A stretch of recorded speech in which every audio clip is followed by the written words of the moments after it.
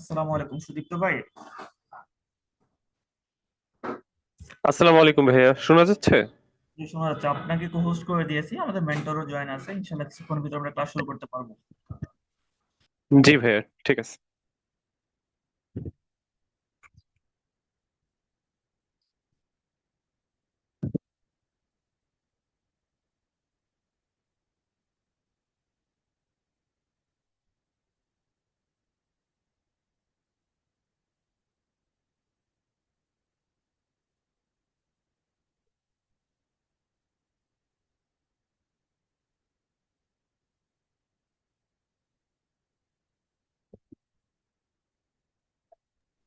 ইমন, স্লাইডটা full screen করে দাও।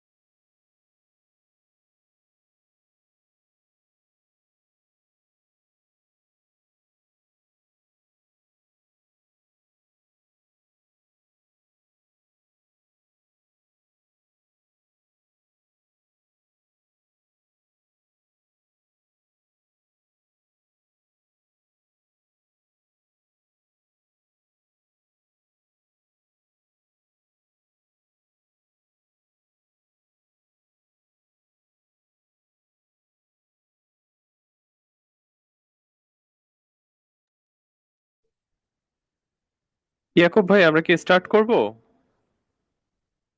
Sir কি জয়েন হয়েছে আমাদের সাথে?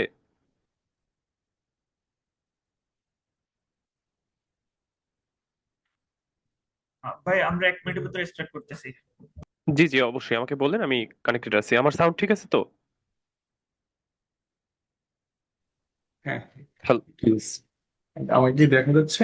এখানে সম্ভব স্যার, আমি ফেসবুক লাইভ দিচ্ছি। আচ্ছা দাঁড়ান একটা মিনিট, আমি সুদীপ্তর সাথে ভাই কিন্তু সুদীপ্ত, আমার আসসালামু কি আলাইকুম দেখা স্যার। যাচ্ছে? স্যার, স্ক্রিনে হচ্ছে স্লাইড দেখা যাচ্ছে। আচ্ছা, ওকে, স্লাইড দেখা যাচ্ছে তাই তো? আর আমাকে জি কি জি জি। শোনা যাচ্ছে ক্লিয়ারলি? জি স্যার, আপনাকে পারফেক্টলি শোনা যাচ্ছে। আচ্ছা, একটু আমার তো হোয়াইট বোর্ডটা আজকে ঝামেলা করতেছে, হোয়াইট বোর্ড তো আমি পাচ্ছি না, হোয়াইট বোর্ড তো পাচ্ছি না, হোয়াইট বোর্ড আসে চলে যাচ্ছে। একটা মিনিট সুদীপ্ত, হ্যাঁ আমরা একটু হোয়াইট বোর্ডটা আমরা ক্লিয়ার করে নিই। জি স্যার, অবশ্যই।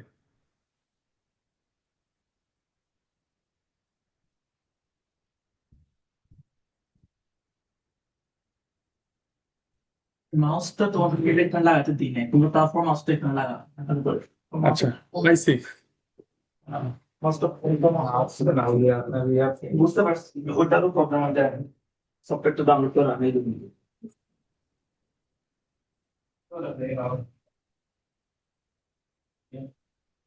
দিয়ে করবেন, এটা তো ফুল স্ক্রিন করে দিয়ে যান। ফুল স্ক্রিন এটা হয় না, এখন চেঞ্জ করতে পারবেন।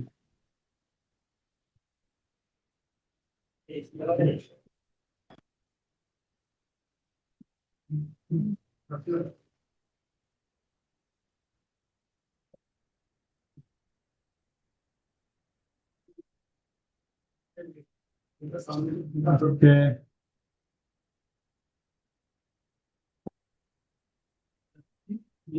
আমি একটু কমেন্ট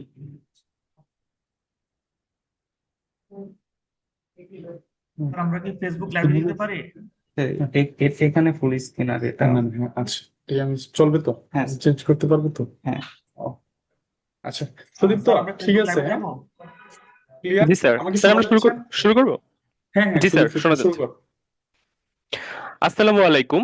স্বাগত সবাইকে আমাদের 119 ডিজিজ ইন সার্জারি 2.0 এর আমাদের আজকের সেশনে। Today's topic, how to study Bailey and love in final year, যা নিউ ফাইনাল ইয়ার স্টুডেন্ট সহ সবার জন্যই অনেক ইফেক্টিভ হবে। আমাদের আজকের এই সেশনে আমরা পেয়েছি একজন অত্যন্ত শ্রদ্ধেয়, অভিজ্ঞ এবং অনুপ্রেরণাদায়ী ব্যক্তিত্ব, ডক্টর মোহাম্মদ জাহিদ হাসান স্যারকে। স্যার এমএস ফেইজে নিউরোসার্জারিতে রয়েছেন বাংলাদেশ মেডিকেল ইউনিভার্সিটিতে। তাই আজ আর দেরি না করে আমি বিনীতভাবে আমাদের সম্মানিত মেন্টর স্যারকে আমন্ত্রণ জানাচ্ছি আজকের সেশনটি শুরু করবার জন্য। Sir, the floor is years. Sudipta ধন্যবাদ। আহ, আমাদের সাথে যারা জয়েন করেছেন সবাইকে আমাদের আজকের এই সেশনে ওয়েলকাম। আসলে আজকের যে সেশনটা, এটা আসলে আমাদের প্রিলিমিনারি ওভারভিউ ডিসকাশন, যে আসলে আমরা সার্জারির পড়াশোনাটা আমাদের ফাইনাল প্রফের জন্য আসলে কিভাবে আগানো যায়। আমরা প্রত্যেকেই জানি যে আমাদের ফাইনাল প্রফে একটা vast syllabus, surgery, gynae, medicine, অনেকে আমরা হাবুডুবু খাই, আসলে আমরা কিভাবে প্রিপারেশনটা কন্টিনিউ করব। তো এখন এর মধ্যে আমরা যদি আমাদের সার্জারির প্রিপারেশনে আসি, আমরা দেখতে পাই যে আমাদের সার্জারিতে নর্মালি দুইটা পেপার থাকে। আর রিটেনের ক্ষেত্রে আমাদের দুই পেপারে 100 করে 200 মার্ক, সাথে ভাইবা আমাদের 100, প্র্যাকটিক্যাল 100, ক্লিনিক্যাল 100। এখন এই যে আমাদের যে রিটেনটা থাকে, রিটেনের যে পেপার 1 এবং 2, এখানে আমরা রিটেন গুলো নর্মালি হচ্ছে আমাদের জেনারেল সার্জারি, তারপরে হচ্ছে আমাদের যে এয়ারলাইট এবং সাব স্পেশালিটি, এগুলো মিলিয়ে আমাদের পেপার গুলো হয়, প্রতিটা ভাগ হয়। এখন জেনারেল সার্জারিতে আমাদের যে প্রিন্সিপালস অফ জেনারেল সার্জারি, এখানে হচ্ছে আমাদের সবচেয়ে গুরুত্বপূর্ণ বিষয়। আর আমাদের সেকেন্ড পেপারে মেইনলি গুরুত্বপূর্ণ বিষয় হচ্ছে আই এবং ইএনটি। অন্যদিকে আমি যদি বলি যে আমাদের প্র্যাকটিক্যাল এবং ক্লিনিক্যাল আর ভাইবা। এখন হচ্ছে ক্লিনিক্যালের ক্ষেত্রে আমরা আমাদের সেম লং কেস এবং শর্ট কেস। তো এখন লং কেস আমরা যেগুলো থাকে নর্মালি জেনারেল সার্জারি থেকে আমাদের একটা লং কেস থাকে, আর শর্ট কেস আমাদের জেনারেল সার্জারি থেকে দুইটা শর্ট কেস, আইএনটি থেকে শর্ট কেস।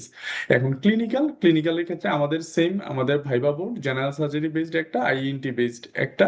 ওইখানে আমাদের দেখা যায় পৃথক দিনে আমাদের ভাইবাগুলো নর্মালি হয়ে থাকে। আইএনটি ভাইবাটা একদিনে, আর হচ্ছে জেনারেল সার্জারি যে ভাইবাটা সেটা আলাদা। আর এছাড়াও আমাদের হচ্ছে ওসপি থাকে। এই ওভারঅল একটা বিশাল একটা সমুদ্র হচ্ছে আমাদের সার্জারি। তখন আমাদের মনে হয় যে আসলে এই বিশাল সমুদ্র আমরা কিভাবে পাড়ি দেব। তো এটার জন্য আসলে আমাদের পড়াশোনাটা হইতে হবে নিয়মতান্ত্রিক এবং গোছানো এবং মানে কনসাইজ, যে আমাদের আসলে কি কি লাগবে, এবং যে জিনিসটা শুধু পড়াশোনা কেন্দ্রিক হবে না এবং জানার জন্য দুইটাই একসাথে চালাইতে হবে। যে এরকম হবে না শুধু আমি পাশের জন্য পড়বো, অথবা এরকম হবে না শুধু আমি জানবোই কিন্তু পরীক্ষা ওরিয়েন্টেড পড়াশোনা করব না। কারণ আমাদের মেডিকেলে আমরা জানার পাশাপাশি আমাদেরকে পাঁচটাও সবসময় পরীক্ষায় এনশিওর করতে হবে। তো এটার জন্য আমরা যখন পড়তে যাই তখন আমাদের মনে হয় যে আসলে সার্জারির জন্য তাহলে বই কি কি আছে আমাদের। এখন আমাদের বাজারে যে প্রচলিত বই আছে, আমরা স্বাভাবিকভাবে আমরা বেশিরভাগই অভ্যস্ত হচ্ছে কি সিনিয়ররা কি কি বলে সেই বই। এখন আমরা সিনিয়রদের কাছে গেলেই আমাদেরকে বলা হবে কি যে আসলে আমরা তো ওই গাইড বই পড়েই পাশ করছি, তোমরাও গাইড বইগুলো যা আছে সেগুলাই পড়ো। কিন্তু এখন আসলে আমরা জানি যে আসলে এখন হচ্ছে কম্পিটিটিভ যুগ। আপনার কাছে রুগী যখন আসবে, রুগী তার ডিজিজ সম্পর্কে গুগল থেকে এআই থেকে পড়াশোনা করে আসবে। এখন আপনি যদি নিজেকে তাদের সাথে সময়ের সাথে আপডেটেড করতে না পারেন তাহলে কিন্তু আপনি আটকে যাবেন। তাহলে আমাদেরকে তাদের নিজেদেরকে আপডেটের জন্য একটা জিনিস গুরুত্বপূর্ণ, সেটা হচ্ছে পড়াশোনা করা, পড়াশোনা করা, পড়াশোনা করা। তাহলে এই পড়াশোনাটা করতে হবে কোত্থেকে? আমাদেরকে চেষ্টা করতে হবে একটা অভ্যস্ততা তৈরি করা, সেটা হচ্ছে মেইন বই পড়া। এখন বলতে পারেন ভাইয়া মেইন বই না পড়েও তো আসলে আমাদের সিনিয়ররা বা অনেকেই খুব সুন্দর, আমরা বা এর আগের প্রফ গুলো আমরা উতরে গেছি। হ্যাঁ, এটা অবশ্যই সত্যি যে আপনি পরীক্ষায় যদি শুধু পাশ করতে চান হয়তো বা মেইন বই না পড়ে আপনি পরীক্ষায় পাশ করতে পারবেন।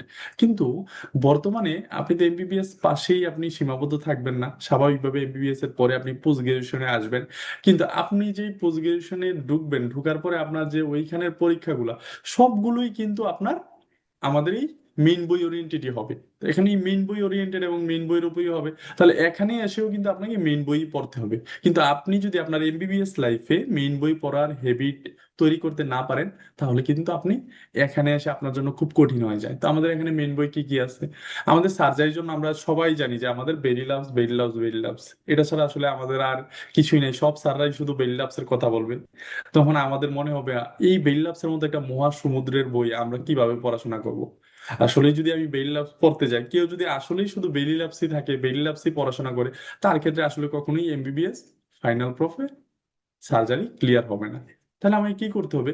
তাহলে আমাকে বেলি ল্যাবসটা এমন ভাবে পড়াশোনার জন্য আগাইতে হবে যেন আমি বেলি ল্যাবসও পড়তে পারি, বেলি ল্যাবসও আমার পড়া হয়, তার সাথে সাথে আমার পরীক্ষাও পাস হয়। তাহলে আমাকে বেলি ল্যাবসের আসলে সব আমার ফাইনাল প্রফ একদম first page to last page ধরে ধরে পড়াশোনা করতে হবে, ব্যাপারটা এরকম না। তাহলে আমাকে কি করতে হবে? তাহলে আমাকে প্রথমেই জানতে হবে আমার এমবিবিএস এ আসলে সিলেবাসে কি কি টপিক আছে, আমাদের মার্ক ডিস্ট্রিবিউশনটা কিরকম, আমাদের পরীক্ষা ওরিয়েন্টেডটা কিরকম। তো এই জিনিসগুলো যখন আমরা জানবো, আমরা জানার পরে বুঝবো যে আসলে বেল ল্যাবসের সব বিষয়গুলো আমাদের এমবিবিএস লাইফের জন্য গুরুত্বপূর্ণ না।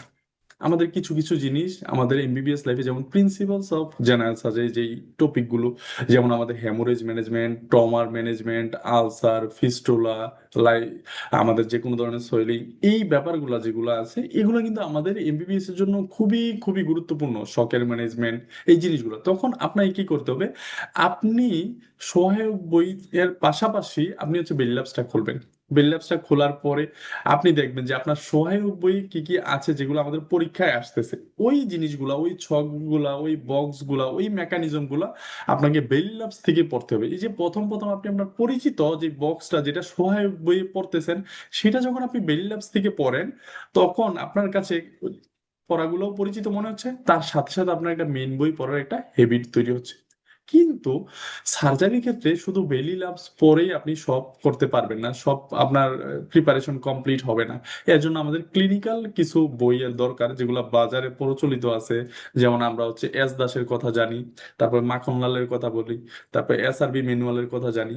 এই যে এই বইগুলোতে আমাদের সুবিধাটা কি? এখানে হচ্ছে আমাদের সার্জারি যে কেসগুলো আছে, সেই শর্ট কেস, লং কেস, তারা হচ্ছে আমাদের ক্লিনিক্যাল ওরিয়েন্টেড সেই কেসগুলোর ক্লিনিক্যাল ফিচার, পেশেন্টের হিস্ট্রি, আমাদের কি কি লাগবে, কোন ধরনের ইনভেস্টিগেশন আমরা কি কি পাচ্ছি, এবং এটা ট্রিটমেন্ট প্রটোকল কি আছে, কি কি করা যায়, ফাইন্ডিংস কি, কিভাবে ওই রোগীটাকে আমি এক্সামিনেশন করবো, সবগুলো হচ্ছে এই আমার S Das, Makhanlal, SRB manuals এগুলোতে খুব সুন্দর করে দেওয়া আছে। তাহলে আমাকে পড়ার ক্ষেত্রে, সার্জারি পড়ার ক্ষেত্রে, যে কোনো ক্ষেত্রে তিনটা জিনিস আমার মাথায় রাখতে হবে। এক, আমার বাজারে প্রচলিত সহায়ক বই সাথে হচ্ছে আমার এই যে এস দাস, মাখনলাল অথবা এসআরবি ম্যানুয়াল যে কোনো একটা বই এন্ড বেলি লাভস। তখন কি করতে হবে, আপনি শখ পড়বেন। তাহলে আপনার প্রথম কাজ হবে শখের ব্যাপারে একটা ওভারভিউ, যে শখ থেকে বিগত আমাদের ফাইনাল প্রফ গুলোতে কি কি জিনিস পরীক্ষায় আসছে সেগুলো একটু জানলেন। জানার পরে আপনি বেলি লাভস এর শখ টপিকটা খোলেন। শখ টপিকটা খোলার পরে আপনি দেখলেন যে শখের কি কি অনেক কিছু বেলি লাভসে আছে। এখন আপনি হচ্ছে কি করেন, একবার রিডিং পড়েন।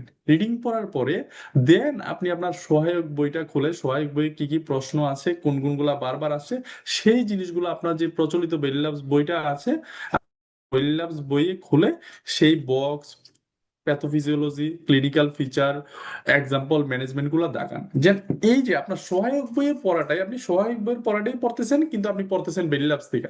এর ফলে আপনার মধ্যে একটা কনফিডেন্স হচ্ছে যে আপনি বেলি লাভস পড়তেছেন, আবার ওই দিক দিয়ে আপনার প্রচলিত যে পরীক্ষার পড়াটা সেটাও হয়ে যাচ্ছে। এই দুইটা যখন হয়ে যায় তখন আপনার মধ্যে আস্তে আস্তে বেরিয়ে আসছে। যখন আপনি হচ্ছে মেইন বই প্রথম 2 মাস 3 মাস আপনার কাছে খুব বিরক্ত লাগবে, কিন্তু যখন এই পড়াটা আপনি 4 5 মাস 6 মাস আপনি এই রুটিনটা ফলো করতে পারবেন, তখন আপনার মধ্যে একটা হ্যাবিট হয়ে যাবে যে না, আপনি মেইন বই পড়তেছেন এবং বুঝে গেছেন মেইন বই আপনার কি কি পড়তে হবে। এই যে যারা আমরা মেইন বইগুলা পড়ি, তখন আপনার এই মেইন বই পড়ার ক্ষেত্রে সবচেয়ে গুরুত্বপূর্ণ জিনিস যে আসলে মেইন বইটা আসলে কিভাবে পড়তে হয়। অনেকেই কিন্তু মেইন বই পড়ার ধরে নিয়মটা না জানার কারণে তার হচ্ছে মেইন বইয়ের প্রতি একটা ভীতি কাজ করে, তারা এই মেইন বইটা আসলে পড়ার হ্যাবিটটা তৈরি করতে পারে না, এবং আলটিমেটলি হয়তো বা এমবিবিএস পাস করে যাবেন, কিন্তু দেখা যায় আপনার যে কনফিডেন্ট গেইন বা পরবর্তী লাইফে এসে তারা একটু ঝামেলায় পড়ে। সো আমাদেরকে চেষ্টা করতে হবে যে আমাদেরকে কিভাবে সহজ উপায়ে একটা হ্যাবিট তৈরি করা যায়। এই কারণে আমাদের এই যে কোর্সটা এবারে আমরা যেটা রান করতে চাচ্ছি, যে 119 ডিজিজ অন বেলি লাভস, মানে হচ্ছে আমাদের সার্জারি যেই সব কেসগুলো আছে, কমন যেই কেসগুলো আছে, এগুলো হচ্ছে আমরা বেলি লাভ কেন্দ্রিক কিভাবে পড়বো এবং বেলি লাভ থেকেই পড়বো আপনাদেরকে নিয়ে। তো আমরা আজকে ইন্ট্রোডাক্টরি আমরা একটু আলোচনা করি যে আমাদের সার্জারিতে কি কি লাগতে পারে। তো আমরা তো বলে ফেললাম যে আমাদের সার্জারিতে short case, long case, written. তো রিটেন যেই পড়াশোনাটা, এই রিটেন পড়াটাই আপনার ক্লিনিক্যালি অনেক জায়গায় আপনাকে কিন্তু হেল্প করবে। সার্জারির ক্ষেত্রে মনে করেন কোলিথিয়াসিসের যেই কেসটা আপনি রিটেনে আসে, সেই কোলিথিয়াসিস কেসটাই কিন্তু আপনার লং কেস হিসেবে আসতেছে, বা ব্রেস্ট কার্সিনোমার যেই কেসটা আপনার রিটেনে আসতেছে, সেই ব্রেস্ট কার্সিনোমাটাই কিন্তু আপনি লং কেস হিসেবে পাচ্ছেন, বা আলসারের যেই কেসটা আপনি শর্ট কেস হিসেবে পাচ্ছেন, সেটাই আপনার রিটেনে কিন্তু আলসারের ডেফিনিশন ক্লাসিফিকেশনটা আসতেছে।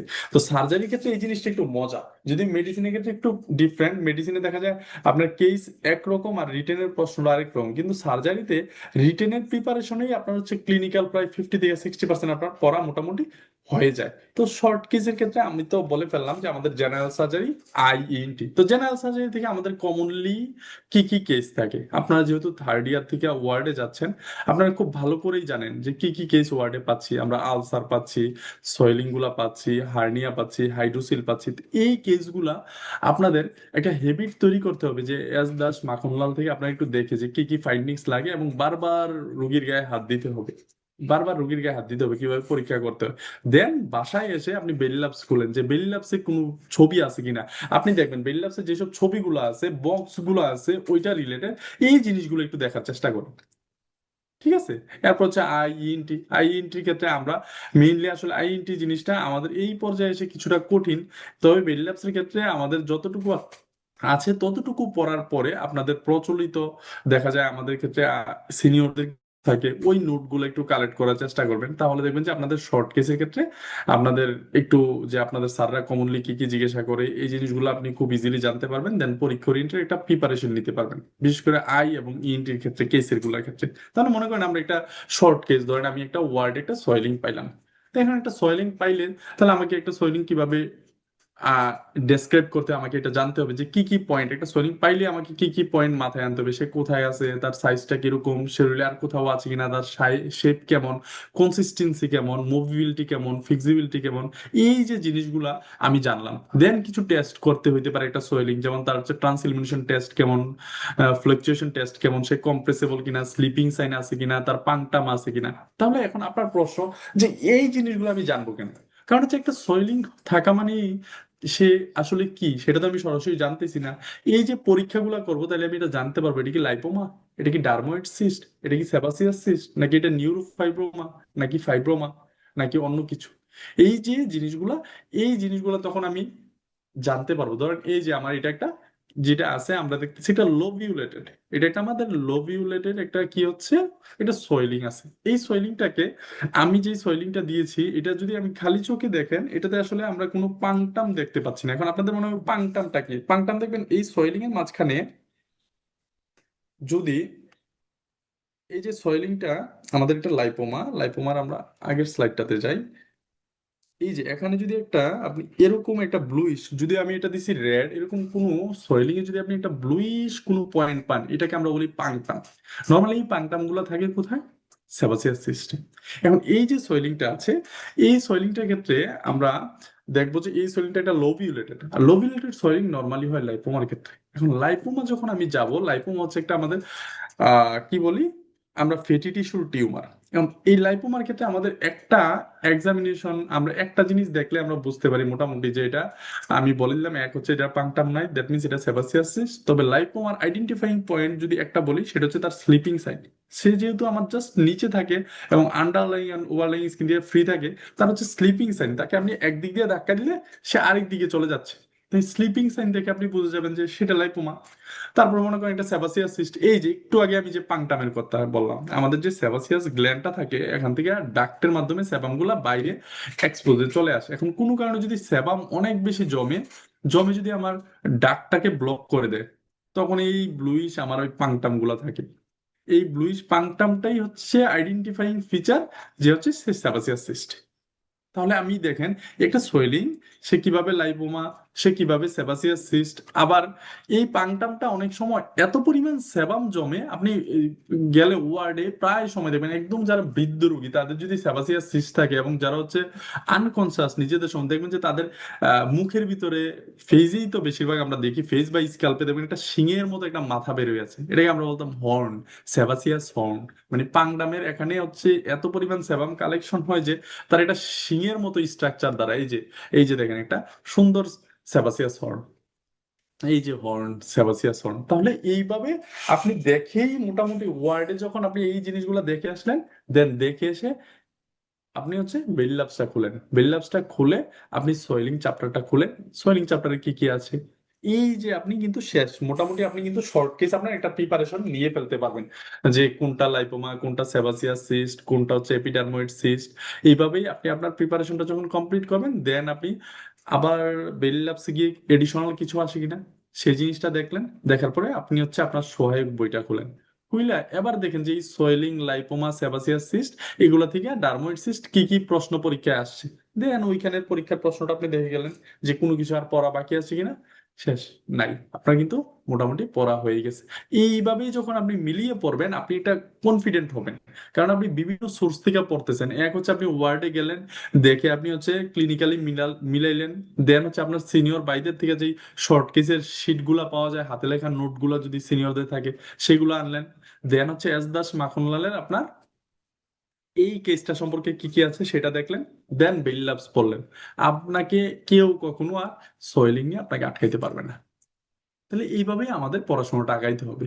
এইভাবে আমাদেরকে আস্তে আস্তে করে, যাদের আসলে আগে মেইন বই পড়ার অভিজ্ঞতা নাই, মেইন বইয়ের সাথে কি হইতে হবে, কানেক্টেড হইতে হবে। এই কানেক্টিভিটিটা বাড়ানো জরুরি। এখন কম্পিটিশনের যুগ। একটা সময় ছিল আমাদের যে এমবিবিএস পাশ করলেই আমরা খেপ মেরেই বা ক্লিনিকে জব করে অনেক টাকা উপার্জন করা যেত, বা এলাকায় জিপি প্র্যাকটিস করে এমবিবিএসই ডাক্তার পাওয়া যেত না, জিপি প্র্যাকটিস করে অনেক টাকা উপার্জন করে যাওয়া যাইতো। সো অনেকেরই আসলে তখন পোস্ট গ্রাজুয়েশনের প্রতি সেই ইয়াটা ছিল না, বাট বর্তমানে কিন্তু আসলে চেঞ্জ হয়েছে। সবাই এখন আমরা পোস্ট গ্রাজুয়েশন কেন্দ্রিক ওরিয়েন্টেড। দেখা যায় MBBS fourth year fifth year থেকেই সবাই যে কিভাবে কোথায় কোন সাবজেক্টে পোস্ট গ্রাজুয়েশন করবে, কোনটাতে কেরিয়ার কেমন, তার প্যাশন কোন দিকে সে খুঁজে। তো ওই যে নিজেকে প্রিপেয়ার করা, আপনি শুধু সাবজেক্টই চয়েস করলেন কিন্তু আপনি এমবিবিএস এই আপনার মেইন বই পড়ার হ্যাবিট তৈরি করতে পারলেন না, কিভাবে আপনার পড়াগুলোর সাথে মেইন বইটাকে কুরিলেট করা যায় এই জিনিসটা খুঁজলেন না, তাহলে কিন্তু আপনি পিছিয়ে গেলেন। তাহলে আমাদেরকে চেষ্টা করতে হবে জানার জন্য, এবং নিজেকে ভবিষ্যতের কম্পিটিশনের জন্য নতুন যে চ্যালেঞ্জিং ওয়ার্ড তার সাথে নিজেকে খাপ খাইয়ে নেওয়ার জন্য, এবং কনফিডেন্টলি আপনার রোগীকে ট্রিট করার জন্য মেইন বই পড়া। এবং সেই পড়াটা শুরু করতে হবে অল্প অল্প করে, এই যে এখন স্পেসিফিক ডিজিজ কেস ধরে ধরে, দেন সময়ের সাথে সাথে সেটা চেঞ্জ হবে। এরপরে মনে করেন ওয়ার্ডে যে সার্জারি শর্ট কেস, এরকম সুন্দর একটা হেলদি একটা আপনি কি পাইতে পারেন, আলসার পাইতে পারেন। তো একটা আলসার পাইলে আলসারের এজ কেমন, মার্জিন কেমন, ফ্লোর কেমন, বেস কেমন, গ্রানুলেশন টিস্যু আছে কিনা, এটা কি আপনার কি হেলদি আলসার নাকি ডার্টি আলসার, এই আলসারের পিছনে কজ কি, এই জিনিসগুলো কিন্তু আপনার পরীক্ষায় আসবে। এই যে এরকম একটা আলসার, এটা একটা হেলদি খুব সুন্দর আলসার। এই যে দেখেন আমাদের ডায়াবেটিক ফুটের আলসার দেখেই বোঝা যাচ্ছে।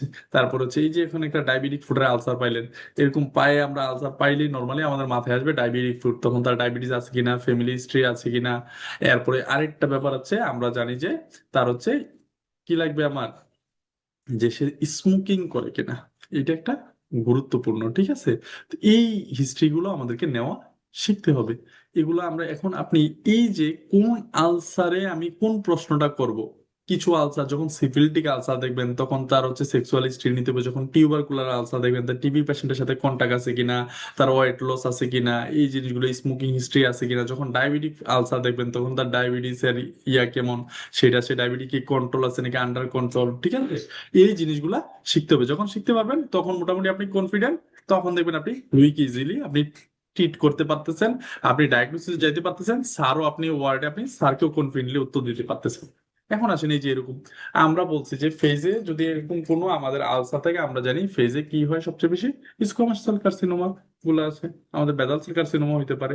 তাহলে এখানে এই যে দেখেন এটা রেজড ইভার্টেড, হ্যাঁ, একটা আলসার আছে। তো এখন আলসার গুলা নিয়ে আপনি যখন বেলি ল্যাবসটা খুলবেন, বেলি ল্যাবস খুল, এই যে আমি কেন বলি আপনাকে যে বেলি ল্যাবস খুলেন, বেলি ল্যাবস খুলেন, বেলি ল্যাবস খুলেন, আপনি যখন আলসার পড়তে যাই আর কিছুই পড়া লাগবে না, আপনি আপনার সহায়ক বই থেকে আলসার গুলা পড়ছেন, বাট বেলি ল্যাবসে যখন এই ফিগারটা দেখবেন, এই ফিগারটা দেখলেই কিন্তু আপনি আলসার নিয়ে একটা খুব সুন্দর একটা আপনার ধারণা চলে আসবে। যেমন মনে করেন প্রথম ছবিটা দেখেন কি খুব সুন্দর একটা স্লোপিং এজ আছে, এই যে, তাহলে স্লোপিং এজ আমাদের কোথায় থাকে, এই যে এটা দেখতে হবে। এগুলো নর্মালি হচ্ছে আমাদের হেলদি আলসারে থাকে, এছাড়া আমাদের যে নন স্পেসিফিক থাকে সেগুলোতে থাকে। আরেকটা দেখেন এই যে আমাদের আন্ডারমাইন্ড, এই যে তার এখানে আছে, এই যে দেখেন এই যে আন্ডারমাইন্ড এরিয়াটা আমরা পাই হচ্ছে টিউবারকুলার আলসার। তারপরে আসেন এখানে হচ্ছে আমাদের এই যে বেজাল সেল কার্সিনোমা বা এই যে রুডেন্ট আলসারের ক্ষেত্রে আমরা পাই হচ্ছে দেখেন এই যে একটা রোল্ড এজটা কেমন হচ্ছে রোল্ড উপরের দিকে উঠে গেছে, ঠিক আছে। এই যে একটু আগে আমি যেটা দেখালাম যে ছবিটা, এই যে এই ছবিটাতেই কিন্তু এটা, ঠিক আছে।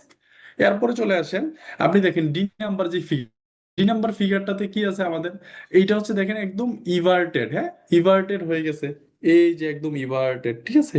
তাহলে এই আলসারের ক্যারেক্টার গুলো যখন আপনি এই একটা ছবি দেখবেন, এই একটা ছবি দেখলেই মোটামুটি আপনার ধারণা হয়ে যাবে যে আসলে আমার কি কি জানতে হবে আলসারের ক্যারেক্টার গুলোর মধ্যে, উদাহরণগুলোর মধ্যে। তো এই কারণে আমাদেরকে যখন আপনি একটা টপিক পড়বেন, একটা স্পেসিফিক ডিজিজ পড়বেন, ওই ডিজিজটা আমাদেরকে মেইন বই থেকে অ্যাটলিস্ট আমি রিডিং পড়তে না পারি, আমরা হচ্ছে কি করবো, ওইটার চার্ট গুলা, ছবিগুলা, প্যাথোফিজিওলজির যেই ক্রনোলজি গুলো আছে সেগুলো আমাদেরকে জানতে হবে। এইভাবে হচ্ছে আমাদের শর্ট কেস গুলো পড়তে হবে। এবার চলে আসেন যে লং কেসে আমাদের আসলে কি কি করা উচিত, লং কেস স্ট্র্যাটেজি হিসেবে আমাদের কি আছে। তো একটা লং কেস মানে হচ্ছে আপনি প্রথমে একটা রুগীর কমপ্লেন শুনলেন, দেন ইন ডিটেলস হিস্ট্রি নিলেন, হিস্ট্রি নেওয়ার পরে আপনি তাকে এক্সামিনেশন করলেন, করার পরে আপনি এটা ডিফারেন্সিয়াল অনেকগুলো ডায়াগনোসিসে পৌঁছাইলেন। পৌঁছানোর পরে আপনি হচ্ছে তার কি করতে হবে, আপনি কিছু ইনভেস্টিগেশন করবেন, ইনভেস্টিগেশনের পরবর্তীতে আপনি স্পেসিফিক ডায়াগনোসিসে আসবেন, দেন ম্যানেজমেন্ট। তো এই যে একটা বিশাল একটা বড় সিনারি। এখন এই ডায়াগনোসিসের এই লং কেসটা কিন্তু জানতে হলে আপনাকে একটা বিষয় ওভারঅল, যেই সিস্টেমের আপনার লং কেস, ওই সিস্টেম রিলেটেড যা যা আছে সবকিছু যখন আপনি জানবেন এবং মোটামুটি ক্লিয়ার ধারণা থাকবে, দেন আপনি খুব ইজিলি এক্সক্লুড করতে পারবেন। বাট আপনার যদি ধারণা ক্রিস্টাল ক্লিয়ার না হয় তাহলে কিন্তু আপনি এক্সক্লুড এ পারবেন না, যে ডিডি গুলাকে আপনি একটা থেকে আরেকটা যে এক্সক্লুড করে যে ফাইনাল ডায়াগনোসিসে পৌঁছানো সেটা জানবেন না। আর আরেকটা ব্যাপার হচ্ছে শর্ট কেসে যদি আপনি এক্সামিনেশন প্রপারলি করতে পারেন, করতে হ্যাবিট তৈরি করেন, দেন আপনার লং কেসে আইসা রুগী এক্সামিনেশন করা খুব সহজ মনে হবে, ঠিক আছে। বাট আপনি যদি রুগীর গায়ে হাত না দেন, শর্ট কেসের এক্সামিনেশন গুলো প্রপারলি না করেন, তখন লং কেসে আসলে আপনি আইসা খেয়ে হারাই ফেলবেন। তাহলে আমাদের সার্জারিতে লং কেস কি কি আছে আমরা জানি, কমনলি যেগুলো আমরা পাই, অ্যাকিউট কোলিসিস্টাইটিস আপনাকে দিবে না, দিবে হচ্ছে ক্রনিক কোলিসিস্টাইটিস। সিএ স্টোমাক খুব কমনলি আপনি সার্জারি ওয়ার্ডে ঘুরলেই পাবেন, সিএ ব্রেস্ট, কিডনি স্টোন দেয়, তারপরে পেরিফেরাল ভাস্কুলার ডিজিজ, বিপিএইচ, অনেকের আবার পেপটিক আলসার ডিজিজ। তাহলে এই যে জিনিসগুলো, তো এই দেখেন স্পেসিফিক 10 থেকে 15টা কেস আপনার 1 থেকে 1.5 বছরে আপনার প্রিপেয়ার করতে হবে। আপনি মানে একিউট ওর ক্রনিক কোলিসিস্টাইটিসের আপনি আপনার সহায়ক বই থেকে জানলেন কি কি আসে, দেন আপনি হচ্ছে একটা একিউট বা ক্রনিক কোলিসিস্টাইটিসের পেশেন্টকে আপনি এক্সামিনেশন করলেন, তার কি কি ফাইন্ডিংস পাওয়া যায়, দেন মাখনলাল এজদাদ বইটা করলেন, ওইখানে কি কি আছে যেগুলো মাস্ট বি আমার কোলিসিস্টাইটিসের ক্ষেত্রে জানতে হবে, সেটা আপনি পড়লেন, পড়ার পরে এবার আপনি বেরিলাপসটাতে যান, এখানে এডিশনালি আর কি কি আছে দেখবেন যে আপনার সহায়ক বইয়ের যত বক্স আছে, প্যাথোফিজিওলজি আছে, বেশিরভাগই হচ্ছে বেরিলাপস থেকে নেওয়া, দেন আপনি যেগুলো যেগুলো আমার লাগবে সেগুলো আপনি বেরিলাপস থেকে দাগাই নেন, যে বেরিলাপস আমি এগুলো এগুলো দাগাই নিলাম, দেন কোলিসিস্টাইটিসের টপিক থেকে আমি বেরিলাপস থেকে এতটুকুই পড়বো, এর বেশি আমার পড়ার দরকার নাই। এমবিবিএস লাইফে ওই আপনি যদি বেরিলাপস থেকে জাস্ট বক্স গুলো, ছবিগুলো, প্যাথোফিজিওলজি গুলো পড়তে পারেন, আপনি অন্যদের থেকে অনেক গুণ আগাই গেছেন। এই জিনিসটাই মাথায় নিতে হবে। তাহলে আসেন আমরা যে আসলে টিউটোরিয়াল ক্লাস, ক্লিনিক্যাল ক্লাসের কিভাবে কোপ আপ উইথ করবো, তো সেটা আমি আসলে বলে ফেলছি, বারবার একই কথাই বলতেছি যে আমরা একটা টপিক পড়ব, দেখে আসলাম, রুগীটা দেখে আসার পরে আমার জেএস দাস বা মাখনলালে বইয়ে কি কি আছে সেটা আমি পড়লাম, পড়ার পরে আমি বেরিলাপস খুলে যখন পড়াটা একসাথে কোঅর্ডিনেশন করব, দেন টিউটোরিয়াল ক্লাসে গেলে দেখবেন যে আপনার এই পড়াতেই হচ্ছে 70% শেষ। ঠিক আছে, ওকে। তাহলে আপনি টেক্সট বুক, এখন টেক্সট বুক পড়ার ক্ষেত্রে এটা আমি বলে ফেলছি এই কথাটা, আমাদের টেক্সট বুক কিভাবে পড়তে হবে এটা নিয়ে আমাদের, আপনি যখন স্পেসিফিক টপিক, আমি আবারও বলতেছি স্পেসিফিক টপিক যেগুলো পরীক্ষায় আসে ওই টপিক গুলোই টেক্সট বই থেকে পড়বেন। টেক্সট বই কখনোই ধরে বেঁধে যে আমি বারবার একদম ফার্স্ট পেজ থেকে শুরু করলাম টেক্সট বই লাস্ট পর্যন্ত আমি বেরিলাপস করবো, ব্যাপারটা এরকম না। এরকম যদি হয় আপনি আসলে কখনোই আপনি পরীক্ষায় ভালো করতে পারবেন না, আসলে আলটিমেটলি আপনার কোন জিনিসগুলো আপনার জানতে হবে সেগুলোও হবে না। তাহলে আমাকে কি করতে হবে, স্ট্র্যাটেজিক্যালি আগাইতে হবে, আমার পরীক্ষার ওরিয়েন্টেড পড়াশোনায় আমি টেক্সট বই থেকে পড়তে হবে। হ্যাঁ, ঠিক আছে। তাহলে সার্জারির প্রিপারেশনটা শুধু আমার টেক্সট বই পড়ব এবং সেটার সাথে আমার টিউটোরিয়াল পড়া বা রিটেনের পড়া এবং ক্লিনিক্যালের পড়া দুইটাকেই একসাথে করব। দুইটাকে একসাথে করে আমি যখন আগাইতে পারবো, মানে আমার যখন কোলিসিস্টাইটিস পড়তেছি বা হেপাটোবিলিয়ারি সিস্টেম পড়তেছি, তখনই আমি কোলিসিস্টাইটিস ক্লিনিক্যাল থেকে পড়ে ফেলবো, বা ক্রনিক প্যানক্রিয়াটাইটিস আমি ক্লিনিক্যাল থেকে পড়ে ফেলবো। তখন আমার হেপাটোবিলিয়ারি সিস্টেমের রিটেন পড়াও শেষ হইলো, ক্লিনিক্যাল পড়াও শেষ। আমি জিআইটি পড়তেছি, তখন আমি জিআইটি রিটেনের টিউটোরিয়াল পড়াটাও পড়বো, সাথে সাথে আমার কার্সিনোমা অফ স্টোমাক, তারপর হচ্ছে পেপটিক আলসার ডিজিজ, তারপর হচ্ছে কুনস ডিজিজ, এই যে কেসগুলো আছে এই কেসগুলো আমি পড়ে ফেলবো। তাহলে আমার কি হবে, ক্লিনিক্যাল থেকে যখন আমি এই পড়াটা পড়লাম, ক্লিনিক্যালের পড়াটা প্রিপারেশনটা নিলাম যে আমাকে কি কি জিজ্ঞাসা করতে পারে, যেমন কার্সিনোমা স্টোমাকে আমাকে কি জিজ্ঞাসা করতে পারে, ঠিক আছে, আমার যখন স্টেনোসিস হইতেছে পাইলোরিক, এখানে আমি কি কি ইলেকট্রোলাইট ইমব্যালেন্স পাইতেছি একটা কার্সিনোমা স্টোমাকের পেশেন্ট, এই প্রশ্নটা কিন্তু রিটেনেও আসতেছে। আপনাকে যখন কার্সিনোমা স্টোমাকের পেশেন্ট লং কেস পড়তেছে, স্যার কিন্তু আপনাকে ঠিক একই জিনিসটাই জিজ্ঞাসা করতেছে। তাহলে এই জিনিসগুলো আমাদেরকে একটু বুঝতে হবে। হ্যাঁ, আমরা এইভাবেই আশা করি এই এবারের কোর্সের মাধ্যমে, এই বেরিলা বেসড যে আমাদের ডিজিজ কোর্সটা, সেটার মাধ্যমে আমরা এই জিনিসগুলো কমপ্লিটলি একটা ভালো ধারণা নিতে পারবো।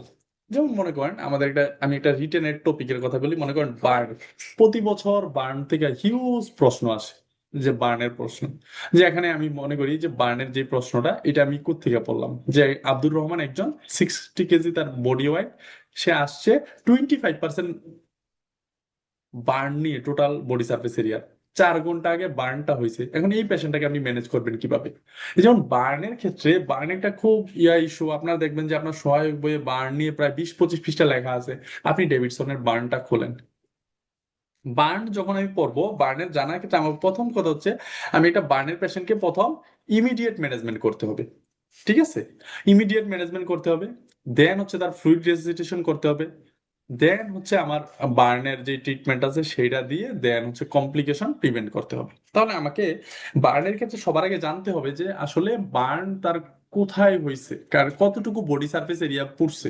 এই যে এটার জন্য আমাদের হচ্ছে রুল অফ 9 আছে, এই যে রুল অফ 9 একজন অ্যাডাল্টের ক্ষেত্রে দেখেন, তার রুল অফ 9, এই যে এই নিয়মটা, এটা আমরা ছোটবেলা থেকেই পড়ে আসছি যে রুল অফ 9 কিভাবে। তাহলে আমি এই অনুযায়ী আমাকে প্রশ্নেই বলে দিল যে আমার বার্ন হচ্ছে কত পার্সেন্ট, 25%, এবং 4 ঘন্টা হয়েছে তার, সে তার বার্ন হয়ে এখানে আসছে, কয় ঘন্টা, 4 ঘন্টা, আর কতটুকু বডি সার্ফেস এরিয়া পড়ছে, 25% রুল অফ 9 অনুযায়ী।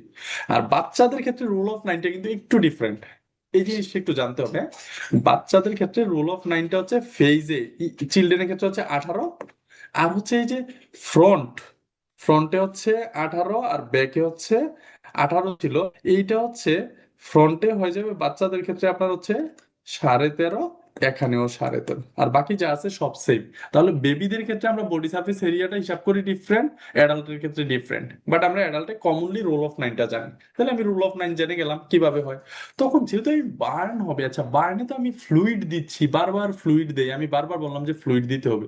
ফ্লুইডটা আসলে আমি কেন দিই? কারণ হচ্ছে এই যে বার্নে যখন বার্ন হয়, স্কিন টিস্যুগুলো যখন পুড়ে নেক্রোসিস হয়, তখনই এখান থেকে বেসোএক্টিভ পেপটাইড গুলা আমার বের হয়ে যায়। এই বেসোএক্টিভ পেপটাইড গুলা কি করে, আমাদের যে ক্যাপিলারি পারমিয়েবিলিটিটা আছে এটা নষ্ট করে দেয় বা এটাকে অল্টার করে দেয়, ফলে সব ফ্লুইড বের হয়ে যাচ্ছে, সব ফ্লুইড কি হচ্ছে, বের হয়ে যাচ্ছে। তা হাইপোভলিমিয়া হচ্ছে।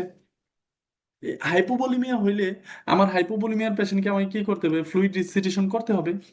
এখন আর এই যে বার্নের যে হাইপোভলিমিয়া হয়, এর ফলেই কিন্তু মেনলি পেশেন্ট মারা যায়। কেন? তার কার্ডিয়াক আউটপুট কমে যায়, ফলে তার রেনাল ব্লাড ফ্লো কমে যাচ্ছে, এবং সে অলিগুরিয়া হয়ে, রেনাল ফেলিউর হয়ে, দেন মাল্টি অর্গান ফেলিউর হয়ে এই পেশেন্টগুলো মারা যাচ্ছে।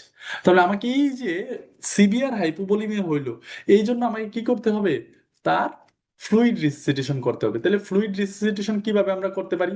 আমরা এই যে আমি তো তাহলে ইমিডিয়েট কেয়ার ABCD আমি দিয়ে ফেললাম, তারপরে অ্যাসেসমেন্ট করলাম বার্নের, দেন ফ্লুইড রিসাসিটেশন। তো ফ্লুইড রিসাসিটেশনের জন্য একটা ফর্মুলা আছে, সেটাকে আমরা বলি যে ফার্স্ট 24 আওয়ার্সের জন্য এটা হচ্ছে পার্কল্যান্ড ফর্মুলা। কি ফর্মুলা?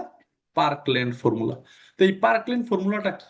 পার্কল্যান্ড ফর্মুলাটা ছিল কতটুকু আমি ml ফ্লুইড দেব প্রথম 24 আওয়ার্সে, 4 into total body surface area into percentage of burn, percentage of burn, sorry, total body surface এরিয়াটাতে পার্সেন্টেজ অফ বার্ন, তাহলে হচ্ছে ইনটু হচ্ছে আমার ওয়েট, মানে তার ওজন কত কেজি। তাহলে আমার ওই যে আব্দুর রহমান, সে ছিল 25% এরিয়া তার পুড়ে গেছে, এবং তার ওজন হচ্ছে 60 কেজি।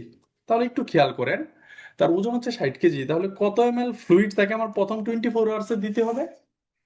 তার প্রথম হচ্ছে 4 × 25 = 100, 100 হইলে এখানে হচ্ছে 6000 ml।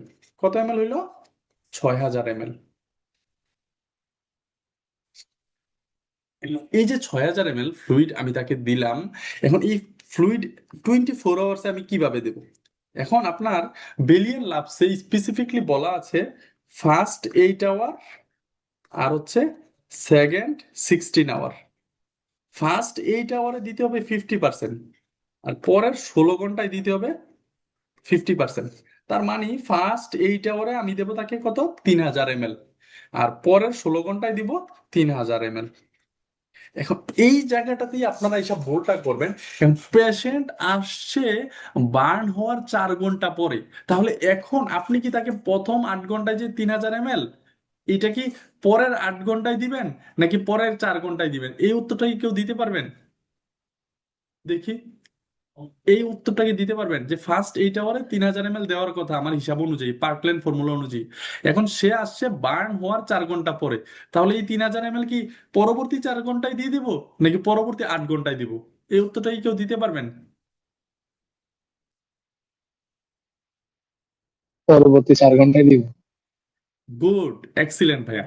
এই যে বলেছেন থ্যাংক ইউ। আপনি আমার সাথে দেখা হইলে কখনো অবশ্যই একটা কিটক্যাট নেবেন আমার থেকে, আমার পক্ষ থেকে। এই প্রশ্নটা কিন্তু অনেকেই এই জিনিসটা ভুল করে, ঠিক আছে? এই জিনিসটা একদম কমনলি আপনাদের ইন্টার্ন প্র্যাকটিসে বার্নের পেশেন্ট ম্যানেজমেন্টে এটা খুবই খুবই ক্রুশিয়াল। আমার হচ্ছে ফার্স্ট 8 আওয়ার বলতে বোঝাচ্ছে যে আপনার ইনসিডেন্ট হওয়ার পরবর্তী 8 ঘন্টা। এবার যদি পেশেন্ট 6 ঘন্টা পরে আসে, 2 ঘন্টায় 3000 ml, বুঝতে পারছেন কি? আর যদি পেশেন্ট সাথে সাথে আসে তাহলে 8 ঘন্টায়। এই জিনিসটা মাথায় ঢুকিয়ে দিবেন। এখন আসেন, আমরা প্রথম ম্যানেজমেন্ট করলাম, সবাই এই পার্কল্যান্ড ফর্মুলাটা জানে 24 আওয়ার্সের, ঠিক আছে? কিন্তু প্রবলেমটা হয় সেকেন্ড যে 24 আওয়ার মানে সেকেন্ড ডে, ওই জায়গাটাতে এসে সবাই আর জানে না। এই জায়গাটা হচ্ছে, ওইটার জন্য আমাদের দরকার হচ্ছে Muir and Barclay formula. Muir and Barclay formula অনুযায়ী আমার 0.5 into total body surface area into weight, এই জিনিসটা কিন্তু কেউ জানে না।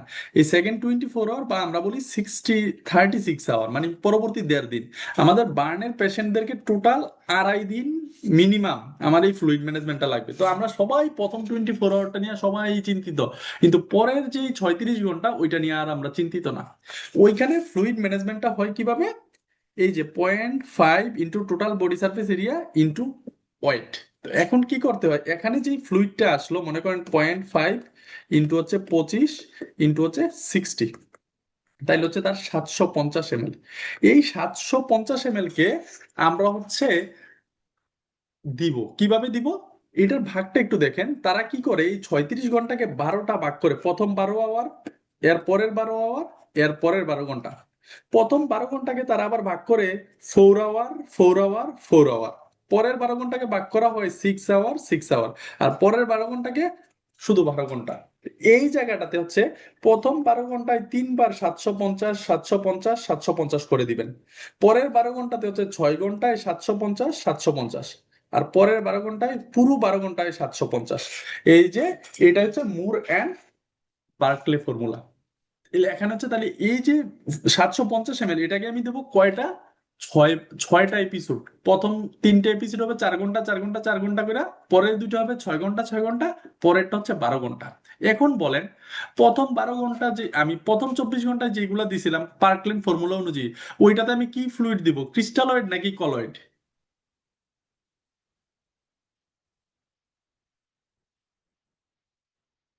প্রথম যে 12 ঘন্টা 24 ঘন্টা ছিল এটাতে আমি ক্রিস্টালয়েড দিব পার্কলেন ফর্মুলা অনুযায়ী যেটা ছিল 6000 ml, নাকি কলয়েড? প্রথম 12 ঘন্টা, প্রথম 24 ঘন্টা আমার মেইন কাহিনী হচ্ছে তার ভলিউম বাড়ানো। তো ভলিউম বাড়ানোর জন্য আমার দরকার হচ্ছে ক্রিস্টালয়েড। সো প্রথম 24 ঘন্টায় আমি মেইনলি দিব হচ্ছে রিঙ্গার সিলেক্টেড, ঠিক আছে, বা হাইপারটোনিক যে কোনো কিছু। আর পরবর্তী যে 36 ঘন্টা, ওই 36 ঘন্টা আমার মেইন জিনিস হচ্ছে যে আমাকে তাকে দিতে হবে যে কি, প্রোটিন প্রোটিন প্রোটিন। কেন? ওই যে তার যে অল্টারড পারমিবিলিটি হইলো, ওই পারমিবিলিটি হওয়ার ফলে তার যে প্লাজমা প্রোটিন গুলা লস হয়ে গেছে, তো তার অঙ্কোটিক প্রেসারটা আর মেনটেন হচ্ছে না। ফলে পরবর্তী এই 36 ঘন্টায় আমার কাজ হচ্ছে তার অঙ্কোটিক প্রেসার বাড়ানো।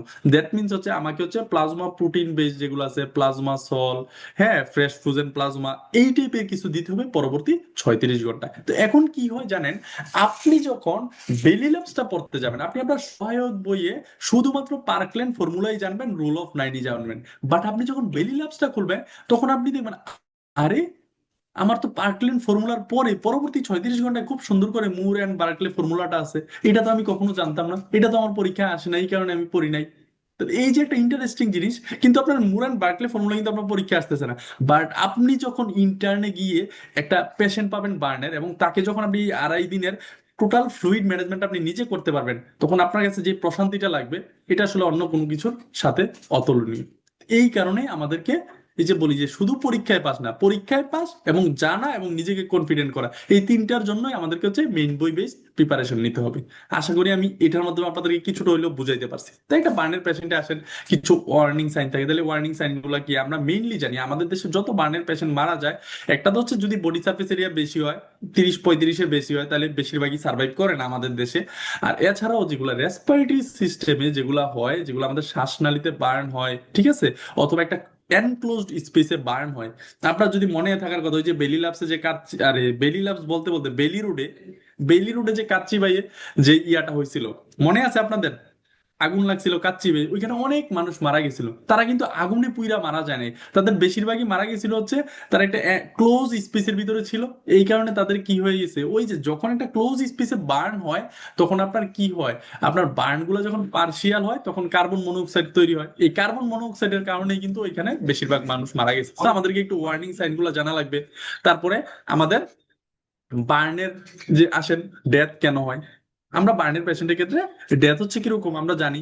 মেইন কারণই হচ্ছে হাইপোভলিমিয়া। হাইপোভলিমিয়া আমি ম্যানেজমেন্ট করতে পারলে, আর হচ্ছে টোটাল বডি সার্ফেস এরিয়াটা যদি আমার কম হয় এবং শ্বাসনালী যদি তার না পুড়ে, তাহলে কিন্তু আপনি বার্নের অনেক পেশেন্টকে আপনি কি করতে পারবেন, বাঁচাইতে পারবেন। কিন্তু আলটিমেটলি যেটা আমরা ওই হাইপোভলিমিয়া হওয়ার কারণে দেখা যায় এক্সটেন্সিভ বার্নের পেশেন্ট গুলো যখন পেরিফেরি দিকে রেফার হয় তখন তার ফ্লুইড ম্যানেজমেন্টটা ভালো হয় না।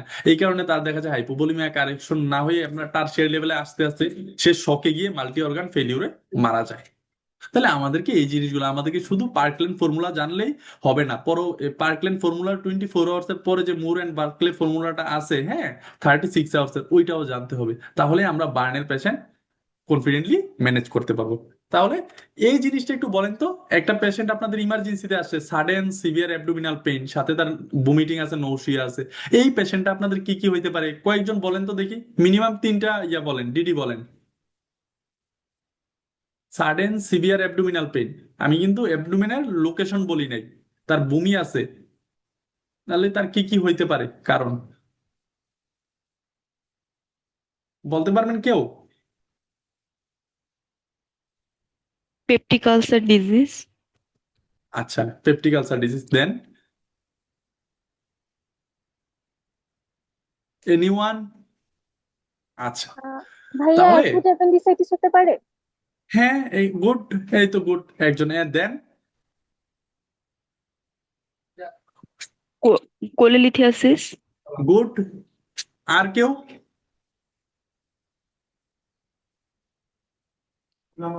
জিআইটি অবস্ট্রাকশন হতে পারে। হ্যাঁ গুড, এই তো আপনারা অনেক কিছু জেনে গেলেন। দেখেন, আমি একটা প্রথম কথা হচ্ছে, আমি একটা পেশেন্ট বলছি, তার আমি সেক্স বলি নাই, মেল নাকি ফিমেল, একটু পরে আসতেছি। আমি তার বলছি সাডেন সিভিয়ার অ্যাবডোমিনাল পেইন, কিন্তু আমি অ্যাবডোমিনাল পেইনের সাইট বলি নাই, একটু খেয়াল করেন। এই যে এটা, তার মানে আপনাকে আমি একটা ব্রড আমব্রেলা দিয়ে দিচ্ছি। এখন আপনি আসেন, যদি আমার রাইট আপার অ্যাবডোমিনে পেইন হয়, রাইট আপার অ্যাবডোমিনে পেইন হইলে নর্মালি আমরা এটাকে বলতে পারি যে হচ্ছে sudden severe right upper abdominal pain, vomiting থাকলে একিউট কোলিসিস্টাইটিস, এই কথাটা বলতে হবে, ক্রনিক না, যেহেতু সাডেন তাহলে একিউট কোলিসিস্টাইটিস। তাহলে এটা আমি প্রুভ করবো কিভাবে?